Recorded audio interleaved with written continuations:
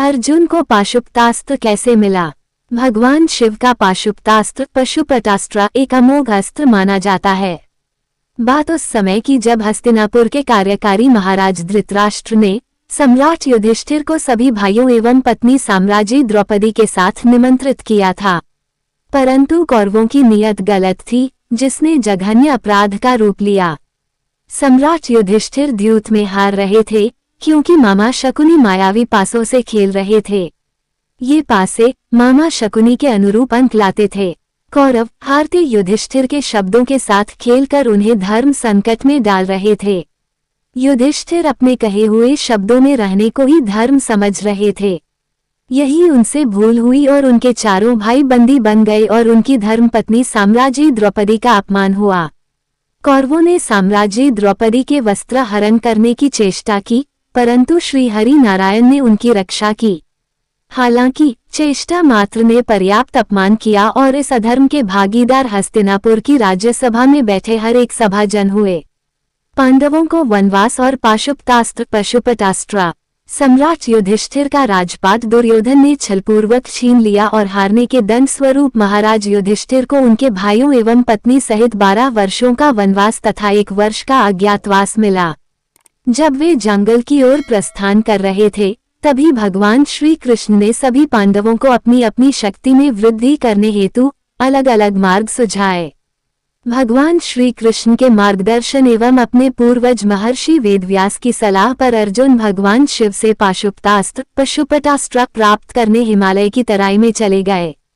अर्जुन की तपस्या। वहां वो उस वन में रहते थे, जहां जगह जगह पर ऋषि मुनि की कुटिया बनी थी। वही एक कुटिया अर्जुन की भी थी। उस वन में तरह तरह के पशु पक्षी रहते थे। पहाड़ों से झरने गिरते थे, मानो वन नहीं बल्कि स्वर्ग का एक हिस्सा हो। वही अर्जुन अपने अंगूठे के बल खड़े होकर तपस्या में लीन थे। उन्होंने खाना पीना भी छोड़ दिया था। वो केवल हवा पीकर रहते थे। उनका शरीर सूख गया था, बाल दाढ़ी मूछें बढ़ गई थीं। परंतु उनके चेहरे का तेज ऐसे बढ़ते जा रहा था मानो दूसरा सूर्य निकल रहा हो। कुछ दिनों के पश्चात अर्जुन के शरीर से निकल रहा तेज उस जगह की रोशनी को अत्यधिक बढ़ा चुका था। इतना प्रकाश हो चुका था कि वहां आंखें खोलना मुश्किल था। ऋषि मुनियों का त्राहिमाम। इतना ही नहीं, वहां का तापमान भी बढ़ता जा रहा था और अब वहां ऋषि मुनियों के लिए रहना मुश्किल हो गया था। पशु पक्षी भी उस प्रकाश एवं तापमान से परेशान थे।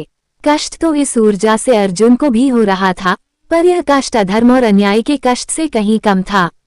वो अपनी तपस्या से हिलने को तैयार नहीं थे, परंतु ऋषि मुनि सहित सभी जीवों का जीवन दूभर हो रहा था। ये देखकर वहां के ऋषि मुनियों ने शिवजी की पूजा करनी शुरू कर दी और उनसे कहने लगे कि इस तपस्वी से उनकी रक्षा की जाए। त्राहिमाम त्राहिमाम करने लगे। तभी उन ऋषि मुनियों के लिए भविष्यवाणी हुई कि हे जन, घबराए नहीं, अर्जुन के तप से आपका अनिष्ट नहीं होगा। पांडु पुत्र अर्जुन मुझसे पाशुपतास्त्र पशुपतास्त्र प्राप्त करना चाहते हैं, इसलिए इतनी कठिन तपस्या कर रहे हैं और मैं उनकी तपस्या से प्रसन्न हूँ। ये सब अतिशीघ्र शांत हो जाएगा। तब ऋषि मुनियों को सब ठीक हो जाने की आस जगी। जंगली सुअर का आक्रमण। इसी के पश्चात मुनियों के आश्रम में एक बड़े से जंगली सुअर का हमला हुआ। ऋषि मुनि, कन्याएं, बालक, वृद्ध सब यहाँ वहाँ भागने लगे। तभी अर्जुन को अपने क्षत्रिय धर्म का एहसास हुआ और उन्होंने अति शीघ्र उस जंगली सुअर की ओर अपने धनुष को खींचा और वह जंगली सुअर वहीं ढेर हो गया। अर्जुन के बाण के साथ ही साथ जंगली सुअर की छाती में एक और भी बाण लगा था। वह बाण एक किरात का था, जो दूर से उस जंगली सुअर का पीछा करता हुआ आ रहा था। जब किरात ने उस जंगली सुअर को मारने की बात कही, तब अर्जुन मुस्कुराते हुए बोले, इस जंगली सुअर को इतनी दूर से भेदना इतना भी आसान नहीं है किरात प्रभु।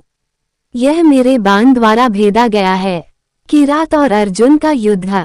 इस पर किरात ने कहा, क्षत्रिय प्रतीत होते हो, मेरे साथ युद्ध करो तो जानू वास्तव में क्षत्रिय हो या नहीं, अन्यथा बड़ी बड़ी बातें तो कोई भी कर सकता है। युद्ध कर सिद्ध करो कि इस जंगली सुअर को तुम्हारे बाणों ने भेदा है।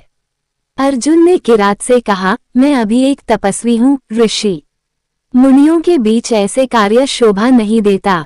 परंतु किरात ने अर्जुन पर बाण चलाने शुरू कर दिए। उत्तर स्वरूप अर्जुन ने भी किरात पर कई बाण चलाए, पर उसके सभी बाण किरात के शरीर से लग कर नीचे गिर पड़े। अर्जुन समझ चुके थे कि किरात मायावी है, अन्यथा उसके बाण उसे छूकर गिर क्यों जाते। अर्जुन के पास युद्ध की जितनी कलाएं थीं, जितने अस्त्र शस्त्र थे, सबका उसने उपयोग किया, पर किरात पर कोई असर नहीं हुआ। उसे तनिक हानि नहीं हुई। भगवान शिव के द्वारा पाशुपतास्त्र पशुपतास्त्र प्रदान करना। जब दैविक अस्त्र भी किरात का कुछ बिगाड़ ना पाए, तब अर्जुन हाथ जोड़कर अपने घुटनों पर बैठकर भाव विभोर हो बोले, हे महादेव, आपके सामने क्या शौर्य, क्या धनुर्विद्या, क्या दैविक अस्त्र शस्त्र और क्या मेरा कुल और वर्ण।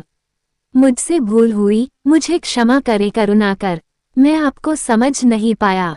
भगवान भोलेनाथ ने प्रसन्नता भरे स्वर में कहा, अर्जुन, मैं तुम्हारी वीरता की परीक्षा लेकर परम संतुष्ट हुआ हूँ। मैं तुम्हारी इच्छा के अनुसार ही तुम्हें पाशुपतास्त्र दे रहा हूँ।